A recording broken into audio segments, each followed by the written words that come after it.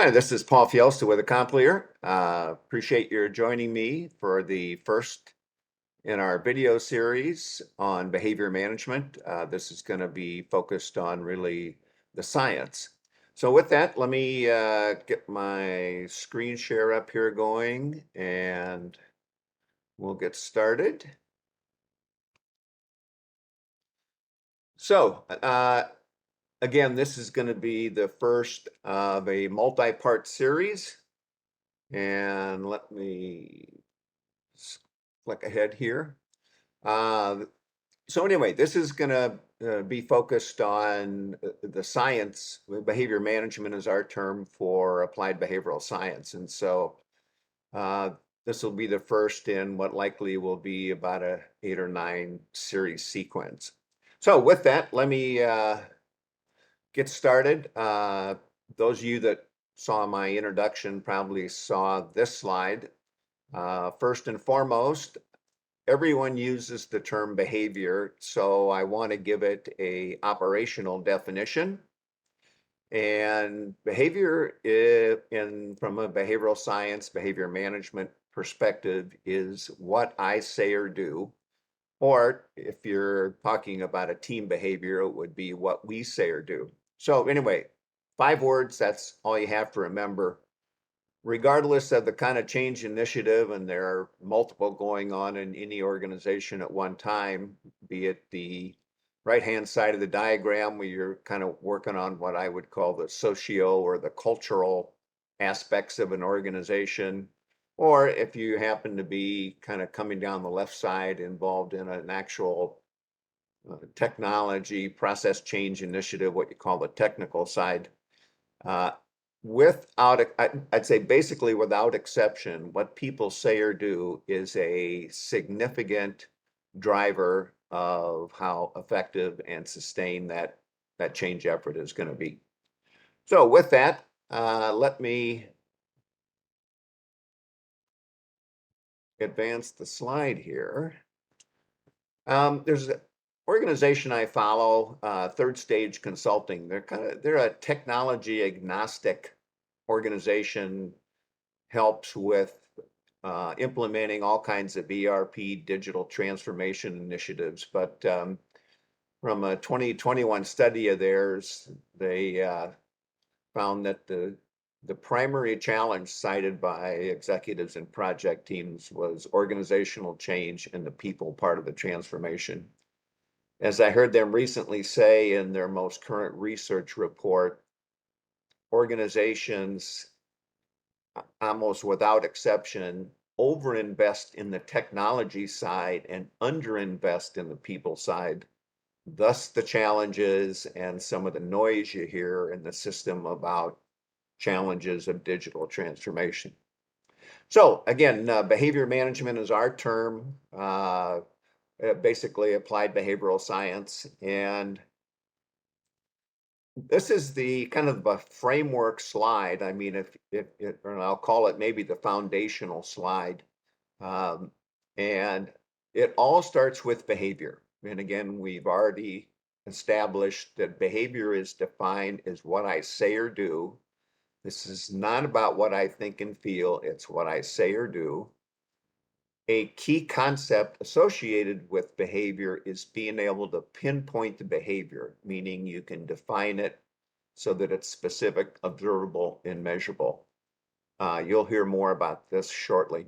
And you kind of see some examples of behavior there. Anyway, from behavior, for that behavior, then we say, okay, let's look at the antecedents. And antecedents are anything that supports, enables, or prompts the behavior. It is a antecedent world. I have found over the years, it is not very challenging for people to understand antecedents. Uh, and again, it's, training and job aids, procedures, fill in the blank. Again, easy to understand.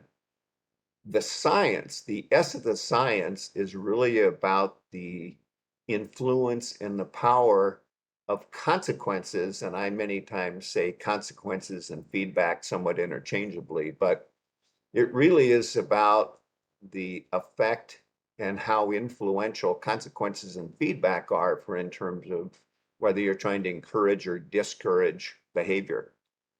From an accomplir perspective, there are 4 different kinds of consequences, and for accomplir's purposes in behavior management, our emphasis is on positive, we call it R plus consequences. In other words, we're trying to encourage desired behavior.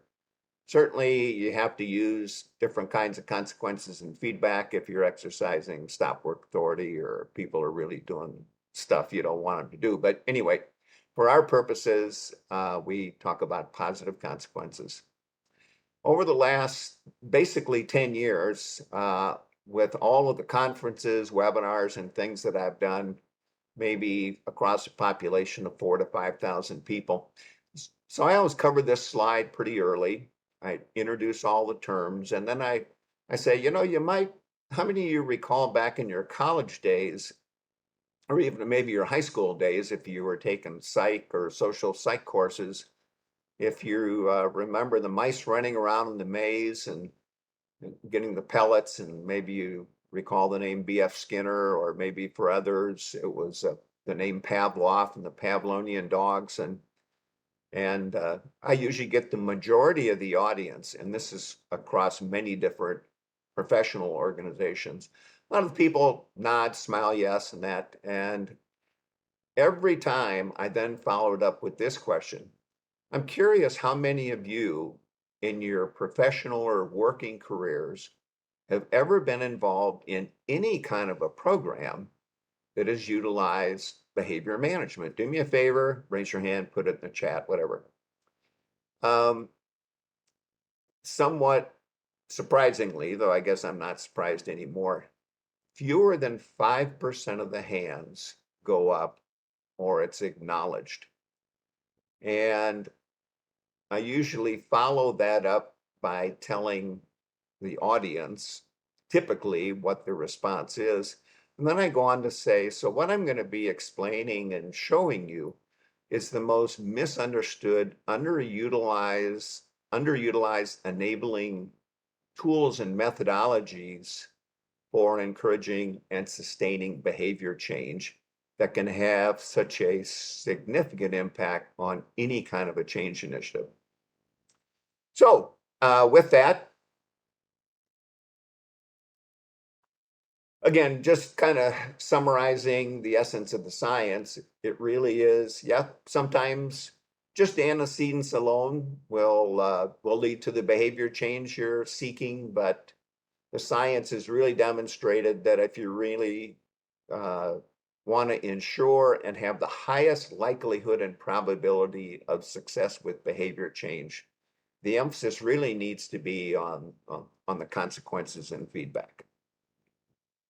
So let me put a little definition around what makes for the most effective consequences and feedback. And again, in terms of impact, our focus at accomplir is on positive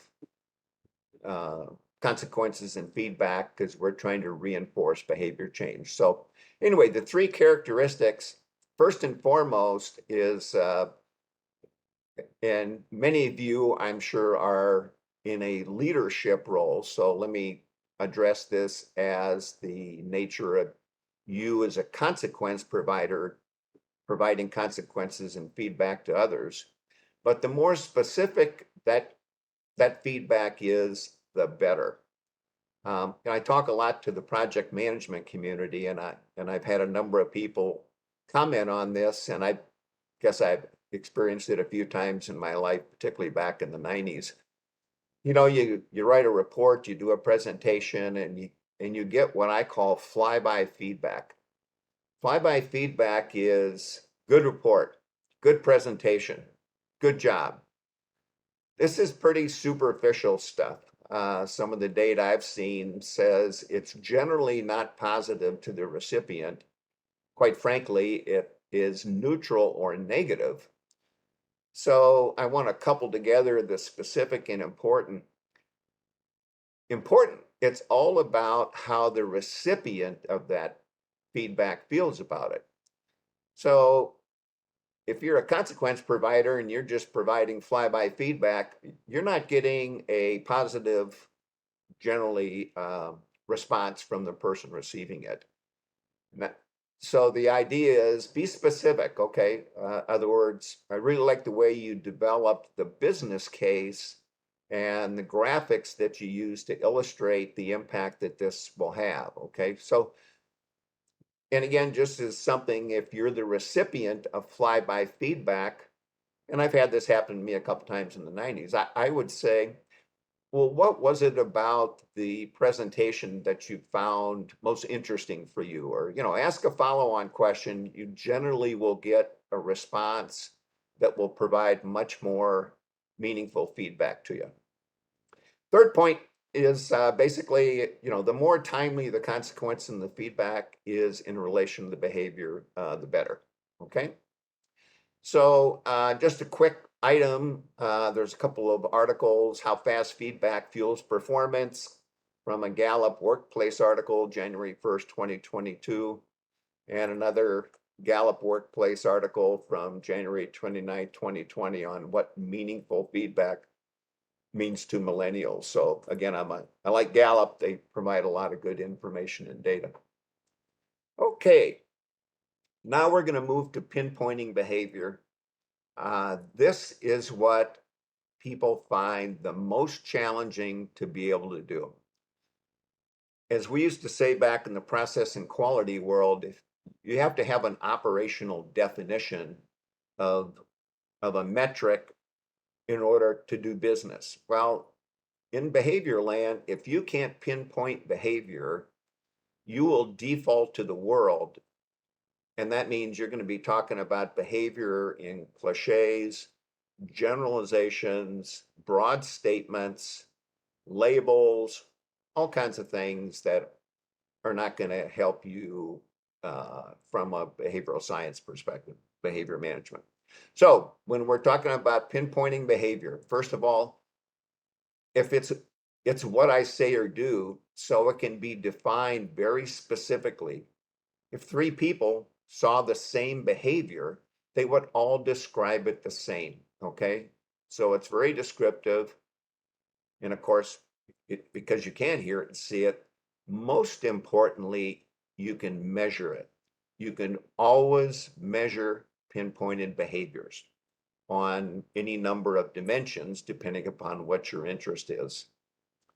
So again, there's a exercise in the videos, the next part of the video series on leadership that I actually created, that is an exercise in developing for each individual, pinpointing a leadership behavior that they'd like to improve. So again, I'll just kind of put that as a peek around the corner as to what they'll be in number 2, and that's something I'll provide to anyone that needs it.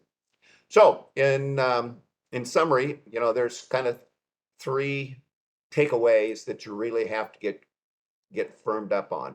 Behavior is what I say or do, or what we say or do if it's a team behavior. It has to be pinpointed. I can't emphasize enough. If you don't pinpoint behavior, you default to the world and you don't really have much to work with. And 3 is it really is about leveraging positive consequences and feedback to really accelerate the whole behavior change, the adoption and sustainability, and go beyond just antecedents alone. And the best of those, again, are specific. Just like you have to pinpoint behavior, you want specific feedback. They're important to the performer and they're timely. So just to kind of peek around the corner, in about a week or so, I'll come out with the video series on leadership. That's going to include some interesting data from Gallup, on leadership and employee engagement. There's a leadership exercise about pinpointing behavior. So hope you enjoy that. Again, please feel free to send me questions, comments, feedback on LinkedIn. Look forward to hearing from you all. Thank you very much.